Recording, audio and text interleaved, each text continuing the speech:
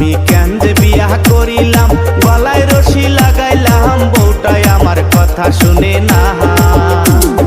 দিনে রাত্রে ঝগড়া করে, মাথার চুল ছিঁড়িয়া খায় রে, তবু বইয়ের হাউস মেটে না।